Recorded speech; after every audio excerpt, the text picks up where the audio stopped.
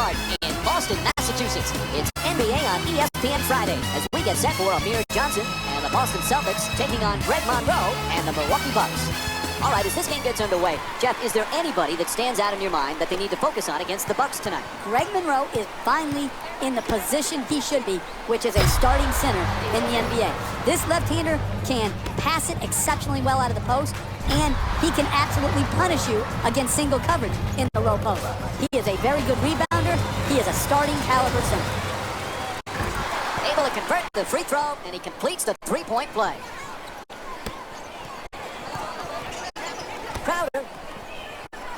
Crowder fires away from downtown. Misfires from long distance. Carter Williams into the front court. Nice ball movement. To the rim, nice adjustment. Antetokounmpo's first shot of the night won't go. Puts it back up and in on the follow from Greg Monroe. He's averaging 15 points per game this season. Pound the offensive boards. Get extra possession. Great job in the pursuit of the basketball and then finishing at the rim. Puts it up from downtown. Red leads, unable to hit from beyond the three-point arc. Puts it down. Oh, that's a sweet finish right there. Dunking the ball with strength and force. Moves around the defender. To the rim. Converts on the inside. Hey, that's one you just have to tip your hat to the shooter. Knocked in a contested two-point shot. Parker.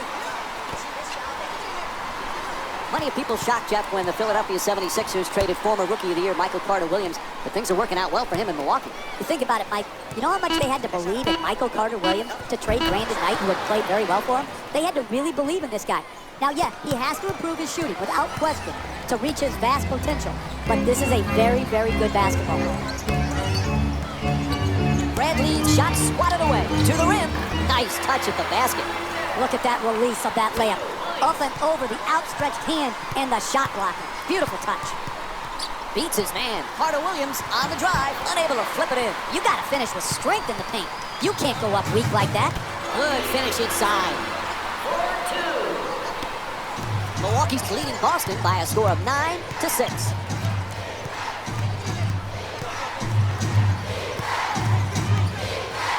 Shut down, forced to make the pass. Antetokounmpo's jump shot won't go. Hey, that shot right there is exactly the type of shot you have to force if you're the defensive team trying to work your way back into the game. And he'll head to the line with under 2.5 minutes to go in the first quarter. For Boston, Jay Crowder to the line. Jay Crowder had inconsistent opportunity in Dallas. He goes to Boston and he finds more opportunity to play, and he came through. He's a good shooter, and he's an excellent defender. And again, he's one of those guys that can play multiple positions that you're always seeking to find. Hey, Jeff, one thing you know when you play the Celtics, that starting backcourt, they'll get after you defensively. That's got to be tough for opponents. There's no question. The size, the strength, the defensive IQ, and the toughness of Marcus Smart and Avery Bradley sets a defensive tone. They don't have great defenders. Puts it down! What a play! And here's another look at that amazing dunk. Well worth the replay. Oh, look at the athleticism exploding up to finish with the hammer.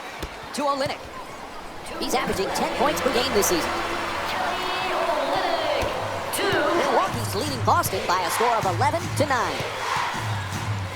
To Parker. They double him. With no room to shoot, knocks it down. That's a two-pointer, and it's a 4-point lead for the Bucks.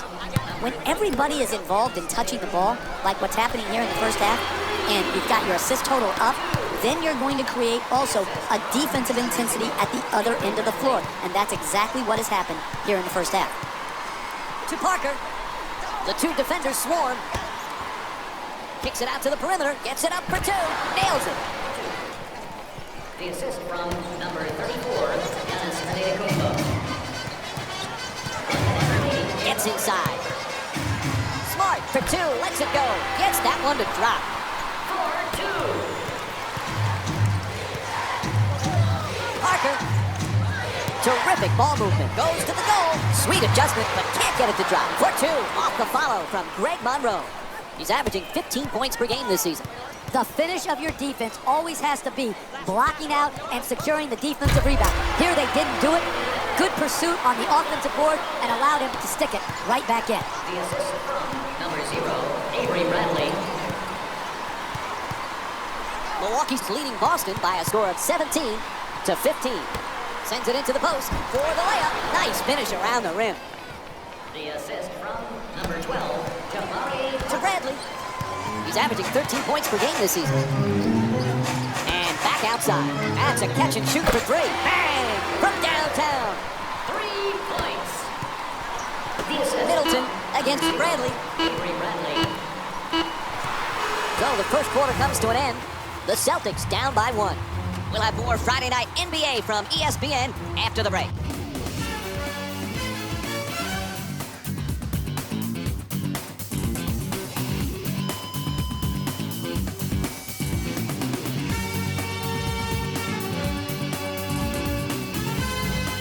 Second quarter set to begin. Some impressive shooting numbers. Jeff, is it good offense or bad defense? Both. The offense is superior right now, Mike. The shot making, the passing, the ball movement. But the defense, my goodness, was it bad. You've got to close out harder than that and take away the open shot. Vasquez shoots the three. The Bucks with the offensive rebound for a new 24. And once again, when the ball is up in the air, they're the ones coming down with it. This is the kind of effort that it's great to see. Double team, still puts it up. Using something he picked up from Rick Carlisle when he played for him in Dallas, Jason Kidd likes to give his players a written test on game days. They include questions about NBA history and team plays. That's a pretty interesting tactic, don't you think? Yeah, some guys really understand the history of the NBA, and others, I've been witness to this. The great Oscar Robertson walked through Madison Square Garden, and nary a person or player even recognized who he was. I'm like, are you kidding me? This guy's a human triple-double. Oscar Robertson did it for a season, and he could walk through Madison Square Garden, and no one even knows who he is? What a joke. Good for Jason Kidd. Good for the professor. The pass is deflected, and they get the turnover. Turner fires another shot, knocks it down for 2. 1 point lead for Boston. You can tell both of these teams are completely unselfish with the basketball. Look at the assist total, and you can tell that both teams have learned very well that sharing is the true joy in this game. Smart. Jeff, the big offseason acquisition was Greg Monroe. How does he fit with this team? Oh, I think he's a great fit. Surprising. Everyone thought Monroe was going to pick a big city, big market. Instead, he chooses the up-and-coming Bucks, and I think it's going to work very, very well for both he and the Bucks. Because, Mike, he can go down on the block, he can punish you down there, he's an excellent passer, and he is capable of playing up in the elbow area as well. Knocks down the first one. Milwaukee's playing some great team basketball, Jeff. You've got to love what you're watching. It's the combination of passing and movement. You can always pass the ball, but to get the proper movement and maintain your spacing, that's what makes a team special on offense. Second one off the mark. He goes 1 for 2. The perfect dish to the basket, flips it up. It's good. A 2-pointer, and it's a 2-point lead for the Celtics. The ball movement in this game has been phenomenal, forcing a lot of defensive rotations and ultimately a lot of passes leading to direct scores. For the Milwaukee Bucks, number 31, John Henson. Double team closing in. Mayo for 3. Wide open. Won't go. This is his first field goal attempt of the night. That's solid offense. Getting their best players, their best shots, in their best spots. It didn't go in, but that's how you win games. Gets right inside. And the paint can't hit. Johnson the rebound. He's averaging 6 boards per game this season. When you see how many rebounds these teams have already combined for, the story about this game is rebounding. But the real story is neither team can make a shot. That's why the rebounding numbers are so high.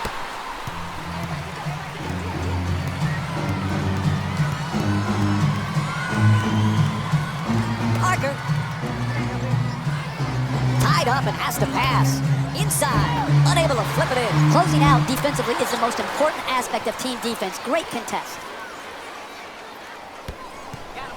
Tough to make your mark in the league when your name is Isaiah Thomas and you follow the Hall of Famer.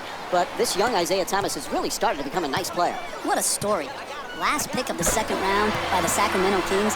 and then able to get on the floor and produce. Most second-round picks don't make it in the NBA and certainly don't carve out a rotational role like Thomas has in his first couple years. I've loved watching his development, the enthusiasm he plays with, and this guy can really score the ball. And Mike, when I was thinking about that, what else would you score in basketball, if not the ball? Boston's leading Milwaukee by a score of 32-26.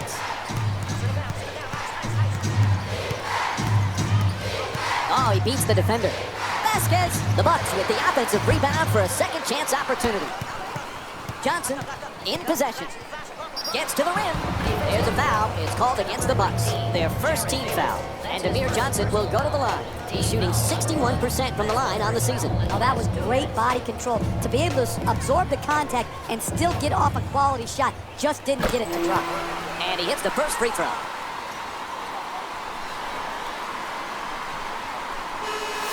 Substitutions, Milwaukee. Stepping in for the Boston Celtics, number 0, Avery Bradley.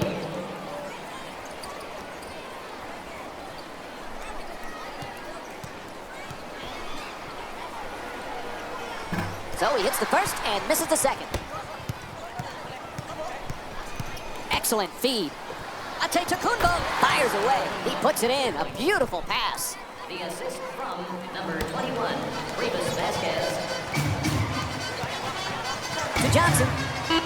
Excellent ball movement. Great teamwork. It'll count if it goes. That's it for the first half. The Celtics up by 5. We'll have more Friday Night NBA from ESPN and EA Sports after the halftime break. Welcome to the EA Sports Halftime Report, brought to you by yours truly, Jalen Rose. The Celtics have the advantage on the scoreboard at halftime. It was their playmaking, the way they gave each other scoring opportunities. That really impresses me. I love seeing unselfish basketball like that.